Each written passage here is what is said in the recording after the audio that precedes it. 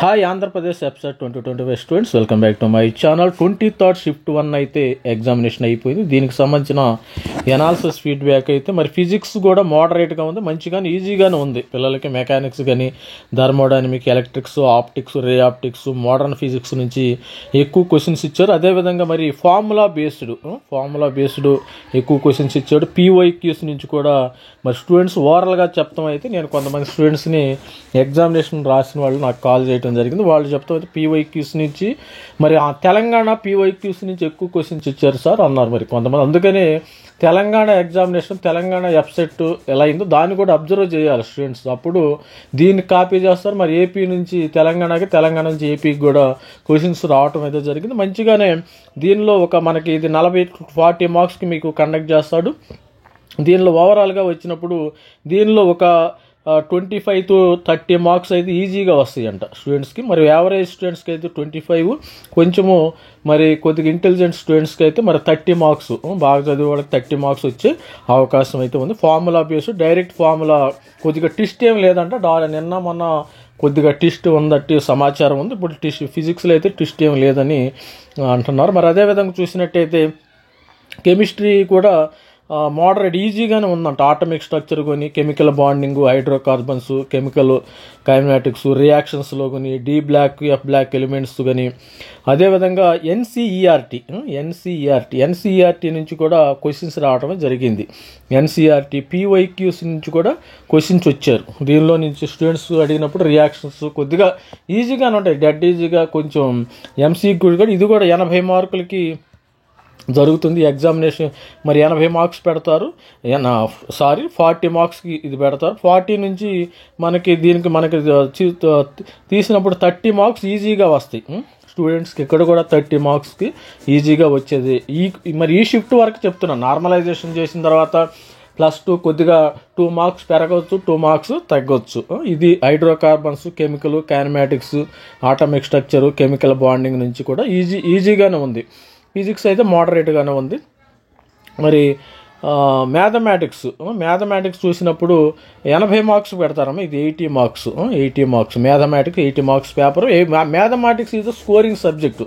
మన మ్యాథమెటిక్స్ను, physics, chemistry చేసి కొంతమంది స్టూడెంట్స్ మ్యాథమెటిక్స్ని ఇగ్నోర్ చేస్తున్నారు. దానివల్ల ఏంటంటే పిల్లలకి స్కోర్ తగ్గుతుంది. మ్యాథమెటిక్స్ని ఎట్టి పరిస్థితుల్లో కూడా ఇగ్నోర్ చేయకూడదు. మోడరేట్ డిఫికల్ట్ ఉంది పేపరు, మోడరేట్ డిఫికల్ట్. మ్యాథమెటిక్స్ మరి డోయబులే కానీ కాకపోతే లెంతీ ఉన్నాయంట. పిల్లలు కొంతమంది చెప్తాం ఏంటంటే లెంతీగా ఉంది. దీనిలో calculus, complex numbers, probability, integration, vectors నుంచి క్వశ్చన్స్ ఇవ్వటం అయితే. అందుకని మనం ఏం చెప్తాం, ముందు కెమిస్ట్రీ స్టార్ట్ చేయండి, తర్వాత ఫిజిక్స్ స్టార్ట్ చేయండి, తర్వాత మ్యాథమెటిక్స్ స్టార్ట్ చేయండి. ఎందుకంటే టైం అంతా దానికి సపోజ్ మన మ్యాథమెటిక్స్కి 1.5 hour ఎక్కువ తీసుకోవాలి. మనం 2 hours తీసుకున్నా కానీ దీన్ని ఒక హాఫ్ అన్ అవర్లో కంప్లీట్ చేసాననుకో 1 hour అయిపోతుంది. దీనికి 2 hours, అప్రాక్సిమేట్గా 1.5 hour తీసుకోండి. దీనికి 1.5 hour తీసుకోండి. 1.5 hour అంటే 60 minutes, 90 minutes తీసుకోండి. దీనికి ఒక 45 minutes తీసుకోండి. ఫిజిక్స్కి 45 minutes, కెమిస్ట్రీకి 45 minutes, 1.5 3 hours. లాస్ట్లో మనం కన్ఫ్యూజన్ అవ్వకుండా, తొందరపడకుండా మ్యాథమెటిక్స్ చేస్తే మ్యాథమెటిక్స్ స్కోరింగ్ సబ్జెక్టు. ఎట్టి పరిస్థితుల్లో కూడా స్కోరింగ్ సబ్జెక్టు. మోడరేట్ డిఫికల్టీగా ఉందంట. మరి అది కూడా ఫిజిక్స్ మోడరేట్గా ఉంది, కెమిస్ట్రీ అయితే ఈజీగా ఉంది. మరి ఎన్ని మార్క్స్ రావచ్చు సార్? మరి ఎక్స్పెక్టెడ్ మార్క్స్ ఏంటంటే మరి దీనిలో ఒక 25 వేసుకోండి ఫిజిక్స్లో, దీనిలో ఒక 30 మార్క్స్ వేసుకోండి. కెమిస్ట్రీ ఇది 60 మార్క్స్ వేసుకోండి.